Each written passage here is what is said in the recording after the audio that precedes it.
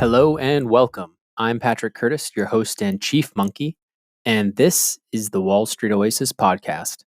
Join me as I talk to some of the community's most successful and inspirational members to gain valuable insight into different career paths and life in general. Let's get to it.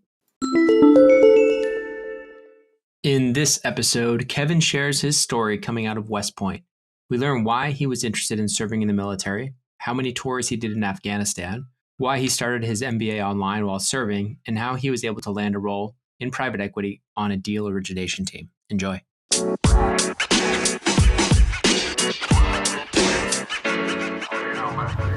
right, Kevin, thanks so much for joining the Wall Street Oasis podcast. Of course, Pat. Thanks for having me. So it'd be awesome if you could just give the listeners a short summary bio. Sure. So I am a bit older than most people in my position right now, but that was because I served in the military for 10 years prior. So I was at West Point until right around 2010. And after that, I joined the Army. I was in the infantry for 5 years, where I deployed for a handful of times there, and then was in Special Forces in the last couple of years, where I deployed a couple more times as well. All 5 trips being to Afghanistan until about 2019, where I hung up the boots and then decided to move into private equity. So that was 30 seconds of the last 12 years of my life, but that is the highest level I can I like it. No, I like it. I asked for a short summary, so there you go.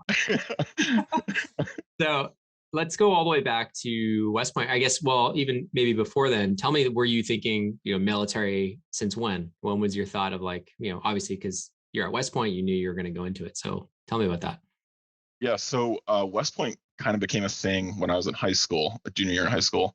I actually have a pretty poignant story where I saw the Saddam statue get pulled down, and I was in my house with my dad and his friends, and they were hooting and hollering about how the Saddam statue came down. And I was like a petulant 16-year-old at the time. And I said, what did we do here? Because we're all in the family room not doing anything.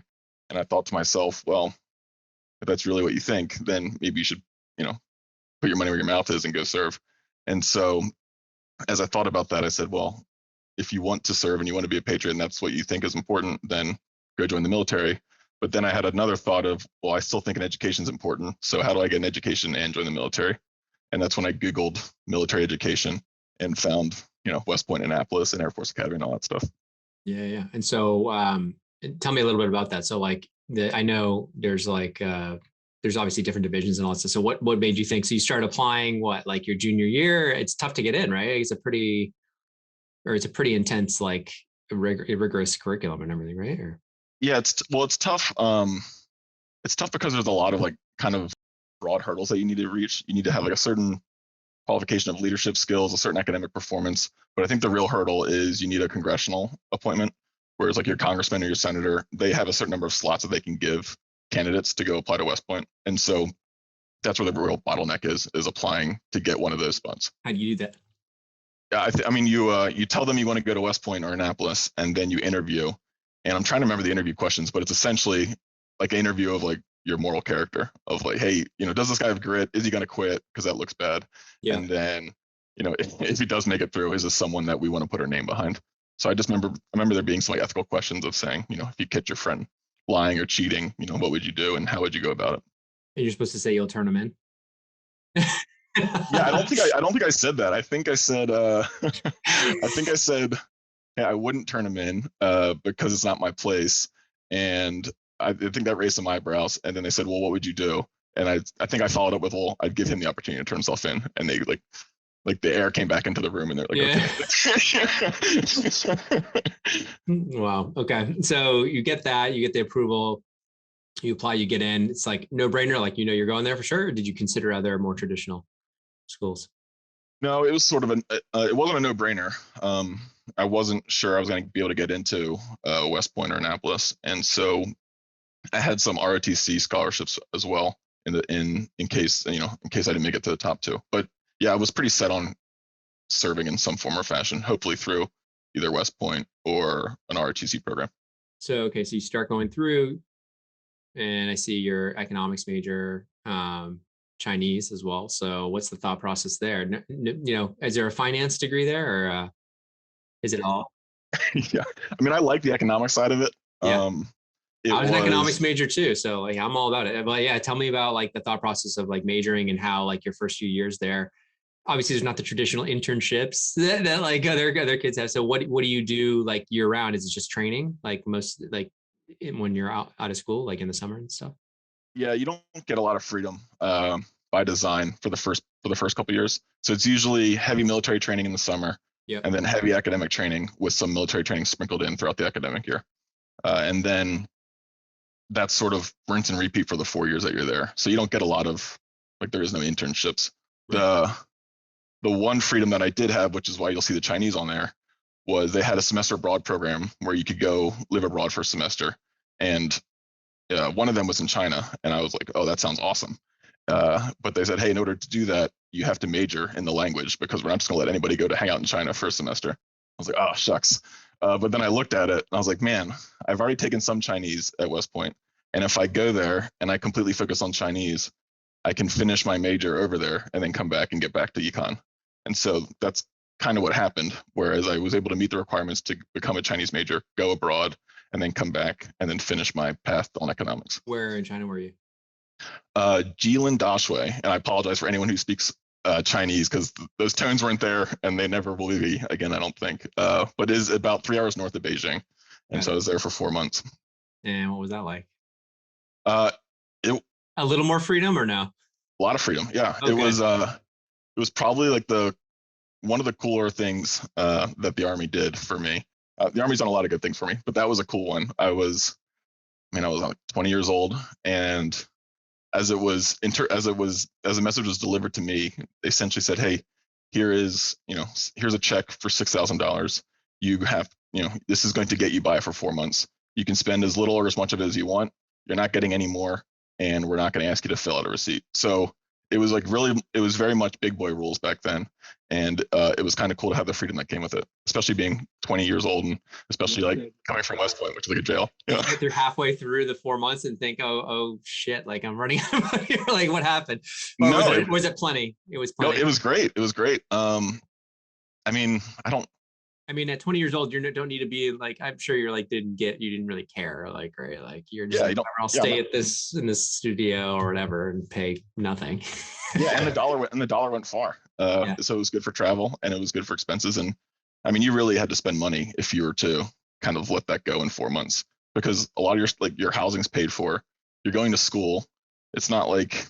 Yeah. So what did you spend it on? Just food and like travel a little bit, and that's it. Yeah, you're supposed to travel and food and go out a little bit. Like they want you to immerse in the culture. And so I'm trying to remember what the vacation times were, but it was pretty nice for a 4 month trip. It was like 1 10-day break, like 2 6-day breaks, like 2 or 3 4-day breaks, and that was to go visit different parts of the country. That's cool. And how's your Chinese now? Oh, awful. Awful. All right, well, it means Sure Cohen, which is my name is Kevin. That's all I remember. Oh man. Okay. So you're kind of coming up junior year, senior year. And what's your thought here? What's the typical thought process or coming out of West Point? So it's like, are you start specializing? What's that? Can you finish West Point, or like what's the requirements after that in terms of like what are you required to do after going? So West Point's very much like it's a rack and stack meritocracy. So they evaluate every cadet based off of their academic, physical, and military performance. Yeah. And then they really they legitimately rank number 1 student versus number 1,000 student. And what's the weighting on physical versus academic? I think it's 30%. It might have changed since then. I think it was 60% academic, 30% physical. That's what I'd guess. Yeah. And 10% military. I think something like that. Military being like military knowledge and history and stuff like that? No. Like, just following everything like to the T and being clean. Yeah. Like not being insubordinate and like saluting the right cadets at the right time and like saying the right words and like having a nice uniform and stuff. Like it was more like military bearing, less of like, who charged the hill in 1860. Yeah. Got it. Okay. So where was your rank? I was okay. I was like 10, like near 10%, maybe just south of it. But sorry, the point was top 10%. Yeah, I think I was right around there. Nice. That's great. But really the point behind it is because what happens with that rank is that there's 2 nights. There's branch night and post night. And branch night is all the available spots in the Army that you can go pursue a profession. So if you want to go be a pilot, there's 10 slots for pilot, there's 20 slots for infantry, 30 slots for whatever. And so if you're number one in the list, you get the pick of the litter. You get to pick whatever you want to do in the Army as long as there's a spot there. But as you fall down the list, the most exciting spots go away and you start to fall into the spot or for needs of the Army. And so that's where, when you ask, how you're thinking about specializing at the Army, it depends on where you fell rank-wise. Sometimes you're thinking about specialization. Other times you're thinking about, I guess I'll just end up. What are the most desirable kind of specialties? Sorry, this is my own. No, this is great. Selfish curiosity. So I promise, guys, we'll get to the finance stuff later. The most limited slots are usually aviation and then like a doctor. The doctor is a bit of a one-off because you do have to do some like doctor training like some medical training at school at West Point. So you're kind of on track for that one to begin with. But in terms of the greater population, being a pilot but for the Army, not for the Airborne. Yeah, like a helicopter pilot. Yeah. Okay, yep. So what did you want to do? Would you have been a pilot, or could you be a pilot? I think it was open. I picked infantry. So 2000, I got out in 2010. Yeah. Or I got out of West Point in 2010, and that time was very much sort of Afghanistan and Iraq. Iraq was starting to wind down. It was very much Afghanistan. So a lot of people were looking to kind of test their mettle or to get a combat experience, and so infantry was kind of the soup du jour of the time to try and get a slot there so you could go overseas and experience the thing that you trained for. So that was usually the thinking behind a lot of people at West Point was, hey, how do I get on a combat rotation? Got it. So infantry was highly desired just because like there was something going with Afghanistan. You could actually get deployed. Yep, exactly. Got it. Okay. And so that happened. So like, you were able to get that, and then right away, were you immediately deployed, or like what happened when you graduated? Yeah, so that was branch night, and then post night is the same thing that happens, but now it's locations within the Army. So it's so you can marry up the locations with the units there and see which units are on the patch chart to go deploy. So you're kind of trying to angle yourself to get to a unit that's deploying. And I was able to do that. I selected Germany, and that unit was forward deployed. So when I went to the German unit, essentially dropped my bags off and then met them in Afghanistan for the final 6 months of their tour. And then after that tour, that unit actually deactivated, and I was sent back to the States. And when I went back to the States, I joined the 82nd, which is an airborne unit, which was forward deployed to Afghanistan. So I dropped my bags off, went back over there, finished 3 months with them, and then came back and was at Fort Bragg for a couple more months until finding another opportunity to deploy again, and then deployed for a third time. What? Is that normal? I don't go 3 times. It's not normal to do it that quickly. Yeah. It was there was some luck. There was a lot of luck involved there. Like not everyone unit deactivates like that. So my unit deactivated, which gave me another shot. And then on that third deployment, I was given sort of like an individual augmentee opportunity that not a lot of people get either. And so those two events allowed me to deploy when others might not have been able to. Sure. Okay. So you're there for a third time, and you're in pretty serious situations. It sounds like pretty scary situations from time to time. But are you, what's the worst stuff that happened? I mean, obviously really horrible stuff happened, I'm sure, but like, was it something where you were able to, I'm looking at like all the places you've been. It's like 1.5 years here, 2 years here. I'm like, I don't even know where to start. Like you're in the 80s. So let's start with 82nd Airborne. So like, what were you doing specifically there? And like, how did things evolve? Like with each deployment, like were you given a lot more leadership? I think this is relevant because it's kind of like similar to just any sort of career in the sense of like, you're expected to start leading probably faster in the Army than a normal career. But like, I'm curious how things shifted from like, maybe because you were from West Point, you were already thrown into a leadership position right away, but I'm curious about that. So the first tour, probably easiest to talk about them in terms of tours. Sure. The first tour, I was a platoon leader where I was kind of responsible for 30 men. And we had that first deployment together where we didn't see any combat. We were in a combat theater, but we didn't see any combat. And so when we came back, I still wanted to test my mettle and see how how personally I would do. and had that opportunity to be a platoon leader again for the 82nd.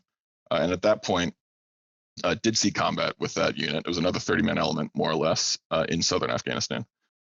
And it was during that experience where I started thinking about special forces. And there was a pretty, I'll try and keep it quick. There was a pretty vivid moment where I remember we were kind of setting up this checkpoint for a partner force to occupy, and we were waiting. There was a bit of a delay for a handover, and so we were securing the compound for a week or 2 weeks at a time before the handover happened.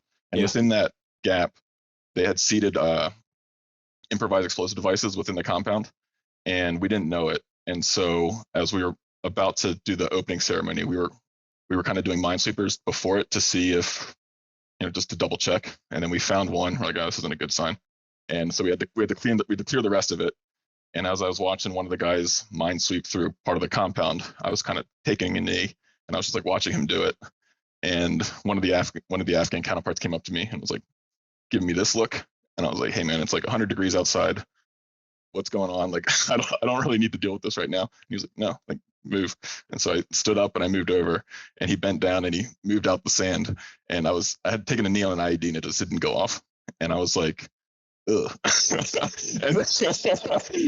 and so as I was walking, I mean, that like kind of like opened your eyes a little bit. And so as I was walking back, I thought to myself, man, if my life isn't like that much of harm's way, if it's in a more dangerous situation than I accurately see, I would like to control that scenario as much as I can, to have the autonomy and the responsibility to influence that environment. And that's when I thought, because I liked what I was doing, and that's when I thought, oh, I think special forces does something like that. And that's when I started looking at that avenue. Cool. Awesome. So you kind of got back, and then how do you even do that? How do you even look into special forces? It's just like another set you supply, and it's another tough to get in kind of thing. And you gotta, it's probably like go ahead. Probably for like it's like private equity, right? It's like exactly. You show your it's like the top 1% of 1%, right? Good pitch. So tell me about that. Like, how did you don't have to tell me about what you did, but just applying, getting in, and like you did more physical, more kind of all that stuff, or you have to survive. Like I know, like obviously the most famous is the SEALs and everything, and they get what they do, but I'd love to hear about it. So the initial way to apply, so you cannot apply as an officer. You can't apply until you have served a certain amount of time in the conventional army, and it's sort of like, hey, we need to make sure you can perform. Yeah, and by the way, this is how many years after you had already gone through after the third tour. This is what, how many years in after graduating? After the third tour, I'm 5 years in. 5 years in. So there's another almost 5 years, right, of doing stuff. So like in the special forces. Or, as a student too. But tell me a little bit about that. Yeah. There's a gap there. Yeah. There's a 2-year gap of training. But to apply, you almost submit like a resume equivalent of saying like, hey, I'd like to apply. Do you accept me to go to tryouts? Essentially, you're like asking to join tryouts. Yeah. And so if it's a paper look pretty much. And if you meet the paper qualifications, then you'll be invited to go try out. And then that's a 3-week selection process, which is primarily physical tests, land navigation tests, and then a team test, which is the team test is sort of the one that's like a bit ambiguous, but they put you in teams, and then they try and have you do like these physically demanding tasks over long periods of time, and they want to see how you work together as a team. So move this, I don't know, X hundred number of pounds from this location to 12 kilometers from here, and figure out how to do it. And you're like, okay, I'll figure it out. And so they're just trying to see how you're going to handle that situation.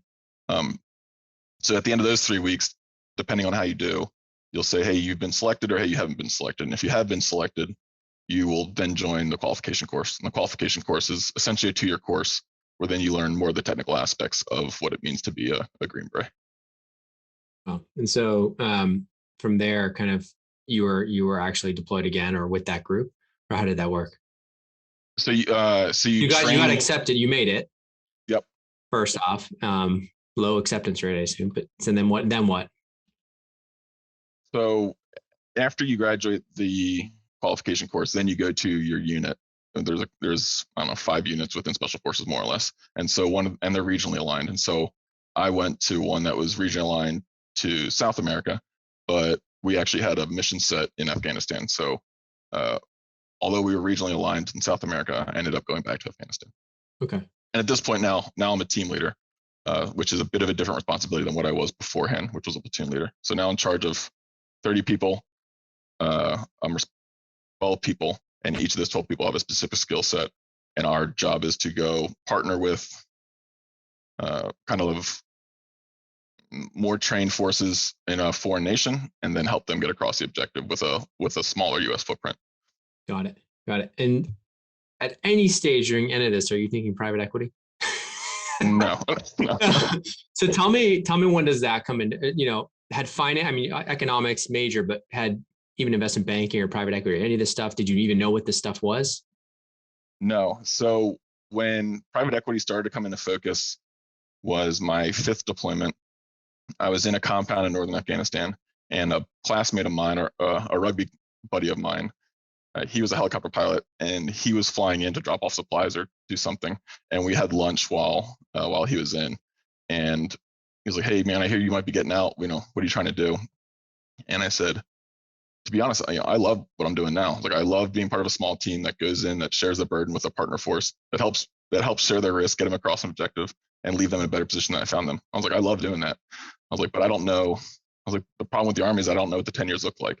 I don't know if my last 10 years will look like my next 10 years, or if I never do this again. And so what I'm trying to do is figure out a way to do that in business or in corporate America. And he goes, "Hey, I don't think I know what I'm talking about because I'm a helicopter pilot, but I think I know a guy who does something like that, and it's called private equity, and maybe you should talk to him." And I said, "Okay, it sounds great." And so that was when it first started to kind of appear. And so you weren't like actively networking or anything like this, like talking to alum or anything like that, or did you did that once you had that conversation? So you had that conversation. He put you in touch with this person who was in private. So tell me about that. Yep. Tell me about that conversation. Yes, I was still deployed at the time, and some of this is serendipitous. Like, I was deployed at the time. I came back to my home station. The person I was connected with, he only lived like an hour and a half east of me, and so he said, "Hey, let's grab breakfast and let's talk about what you're thinking about."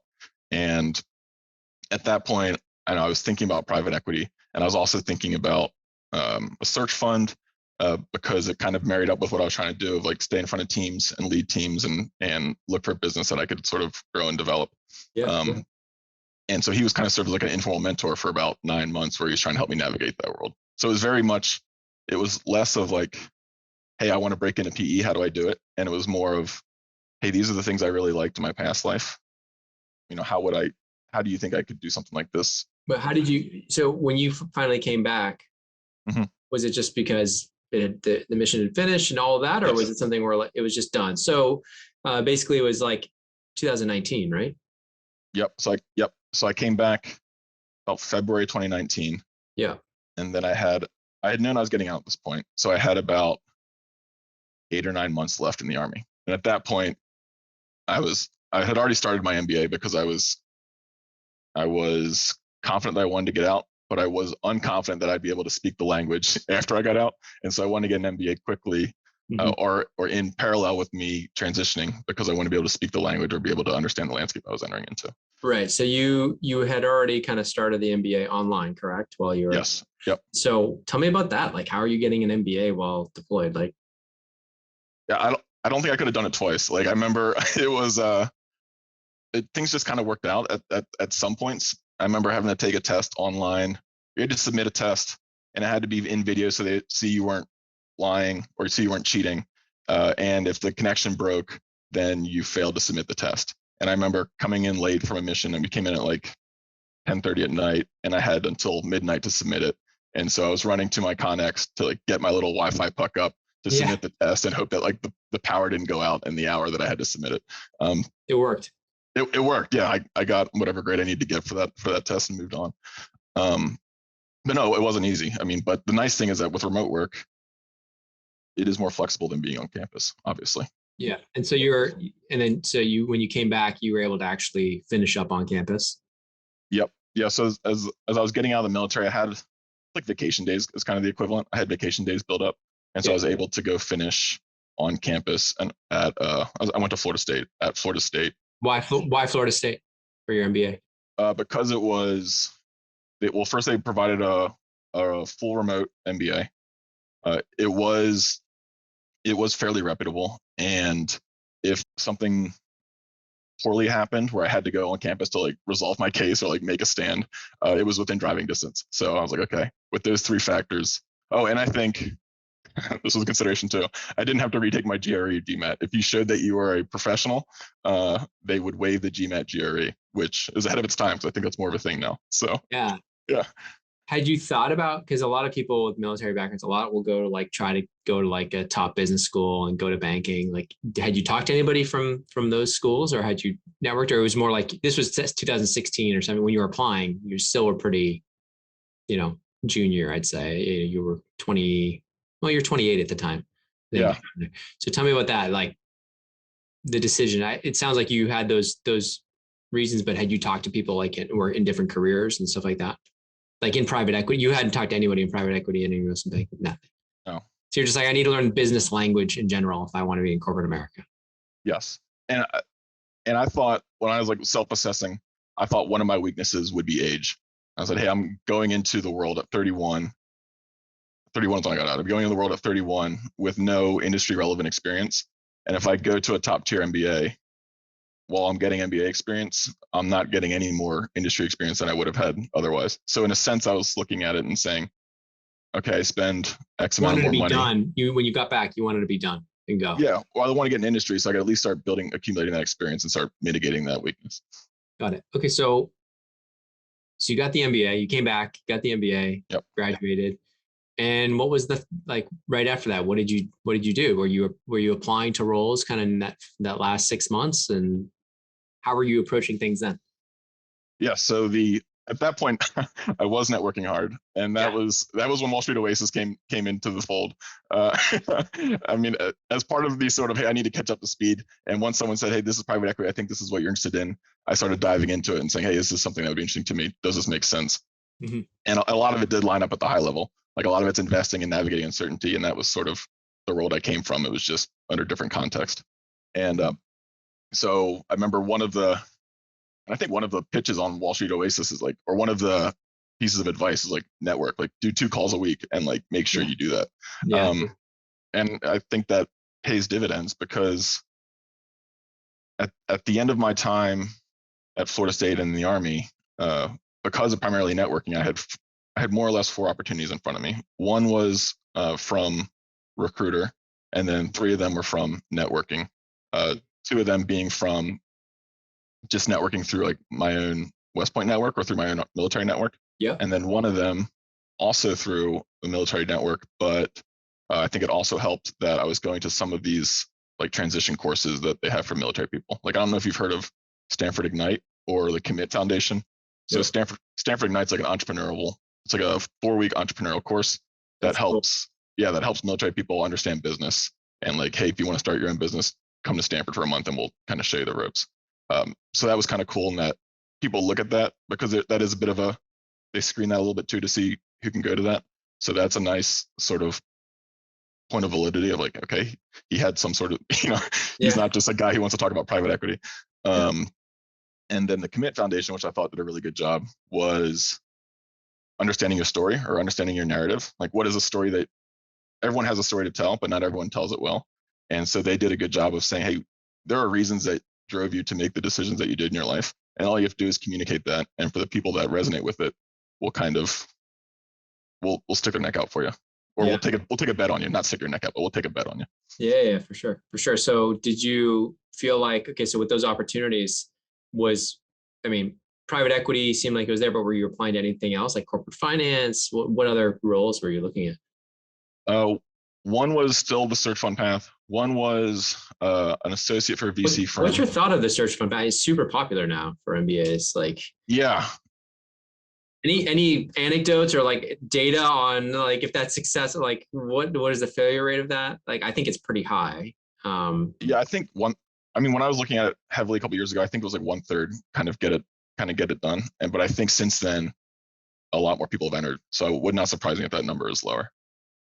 Yeah, it's interesting because it's super hard to get a transaction done just in general. Like that could be a year, 2 years of like your life trying to get that first deal done, right? So, and that was sort of like some of my concerns was Yeah. knowing that I had a 2-year sort of deadline to get it done. Yeah. And also, if I was to self-assess, I had no professional network that would help me navigate that. And I could write a military operation on a map, but I could not have told you like what an investable opportunity looks like quickly. And so I thought, man, those are two pretty big weaknesses to have a 2-year deadline that I need to meet. And so, that kind of made me a little uncomfortable. Yeah. So that kind of put the search fund on the side, on the side. Was there, there's also compensation considerations, right? It's like, you can go do that and have like very high volatility of great outcome or very little or nothing at the end of it. So was that part of your thought process? Like, hey, let me get a good salary and decent bonus. What was the thought process there? It was more, I was thinking more of like extreme down, like the downside scenario. Yeah. So I was less concerned about like, this was a salary I think I deserved. Like I didn't really look at it that way. I looked at it more of, hey, I did this full-time remote MBA, which is not indicative of a top tier MBA. So someone might see this guy and go, okay, he did well in the military. He did this remote MBA. That's interesting. And then he spent 2 years looking for a company and didn't find one. Yeah. And so now he's 35 from a remote MBA with no industry experience. And now, now I'm less appealing than I was a couple years ago. And so that was one of my big concerns was you can start seeing this downward. You could potentially start seeing these dots of going towards a downward trend. So, okay. So that's the search fund. So that was like, not so interesting.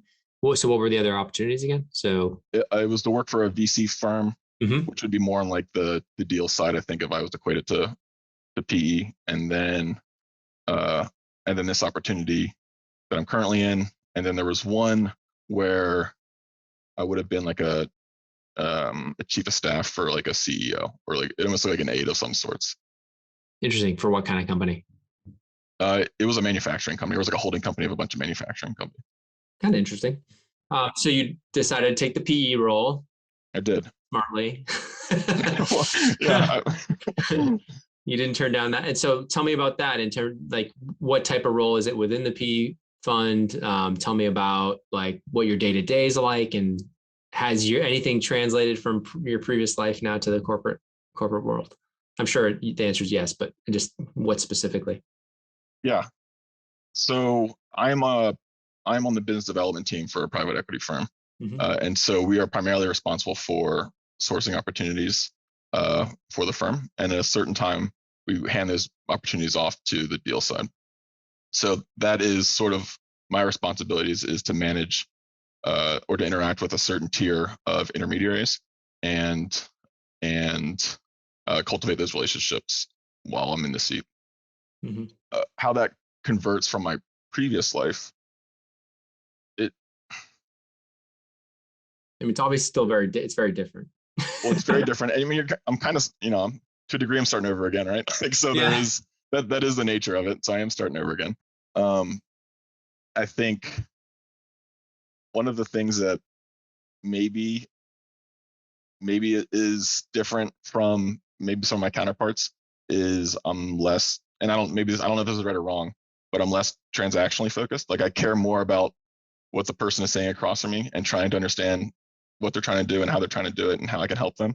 And I think that genuine interest in them, plus my unique background, makes the conversations feel more authentic than, the next white guy in a blazer with a collared shirt. Because that is, we do look a lot the same. A lot of us look the same when you go to an M&A event.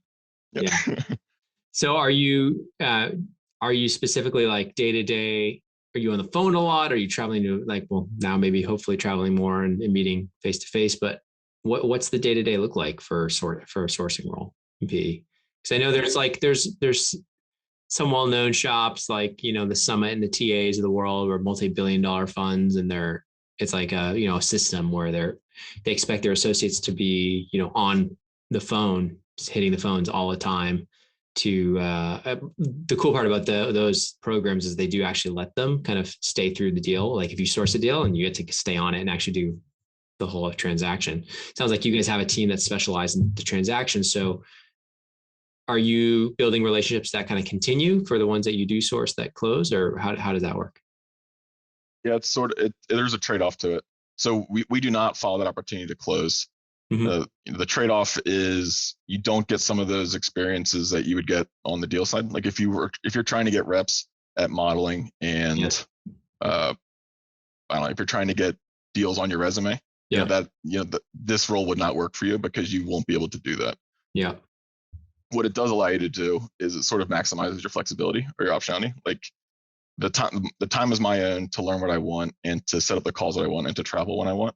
And in that way, it allows you to sort of pursue your own curiosity. And so what that means for me is that I travel a lot and the travel schedule is agreed upon by the rest of my team, but you get to travel essentially where you want to foster relationships that you want. And then you get to mingle with other private equity shops or other intermediaries. And so you get an exposure outside of just the firm that you're in, which I think is valuable. So why are you meeting with other private equity shops? Because you do co-invest and stuff like that with them?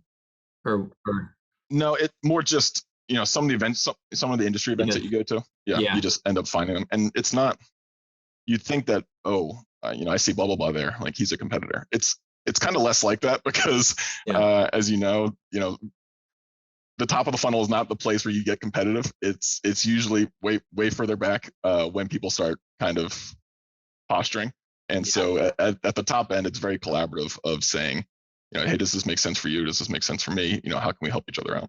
So this is almost like, it's a little bit of like a sales role, right? Where you're trying to sell your specific fund on like how they're unique and the value they can bring.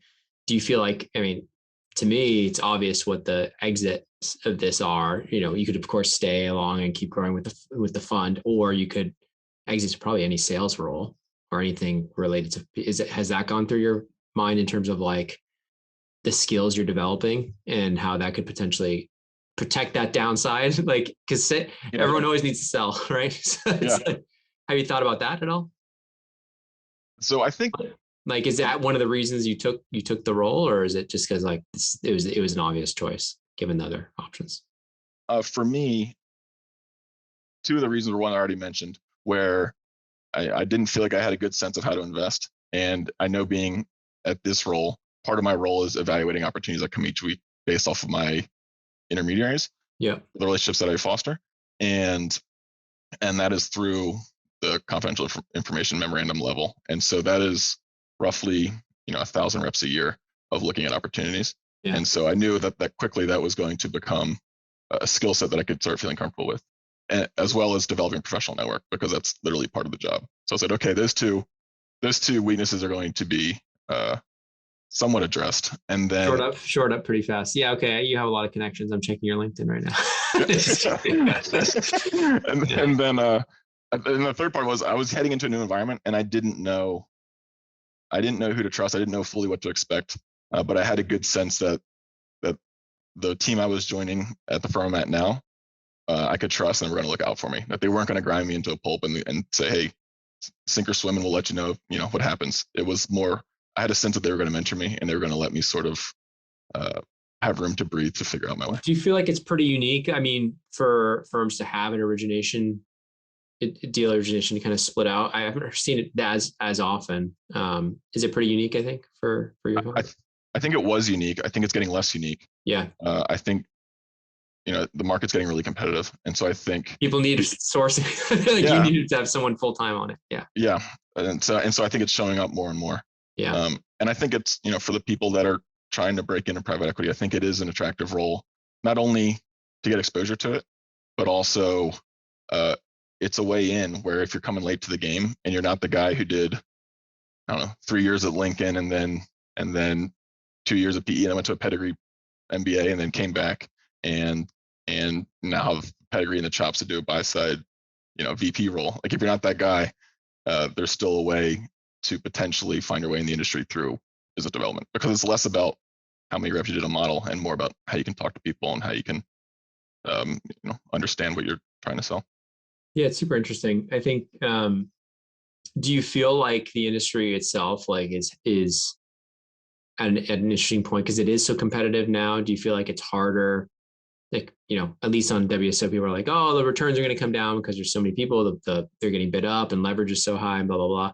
It doesn't seem like maybe with inflation, everything's going to keep going up, but what do you have any thoughts specifically around like where things are headed, or, you more just like, hey, look, I'm just trying to make a living and learn, Don't ask me a tough question. which is fine. I'm kidding. I mean, I know if it was me and I was like my second year and I'd be like, hey, look, it's a good place to be. I'm learning a lot. And what happens at the returns, I'm not a partner. So, Yeah. I hesitate to offer too much advice because I'm only 2 years into it. So Right. It's sort of like, what does this guy know? He's only been doing it for 2 years. Yeah. I think if I was to offer any insight, as I understand the world before I entered it, there was a time when there wasn't that much private equity around and there were a lot of opportunities around. And so people could sort of pick and choose when they wanted to invest in certain companies. And I think that scale has tipped a bit, whereas now there's a lot of private equity around and the same number of opportunities, if not less. And now the man who sits at the table and is reactive about opportunities, it could be at a disadvantage, man or woman, could be at a disadvantage because the market's more competitive than maybe they previously assumed. Yeah, we get reached out to all the time. I'm like, why is it WSO? I'm like, come on. Really interesting, man. Really interesting story, really interesting background. Any kind of final words of wisdom before we call it in terms of looking back at your path and for people who are in a similar kind of place where you were maybe just a few years earlier than you, any thoughts for them? I mean, first, I assume anyone who's going to watch this will be from a military background. I'd say, do not hesitate. Yeah. For those people, do not hesitate to reach out to the military network.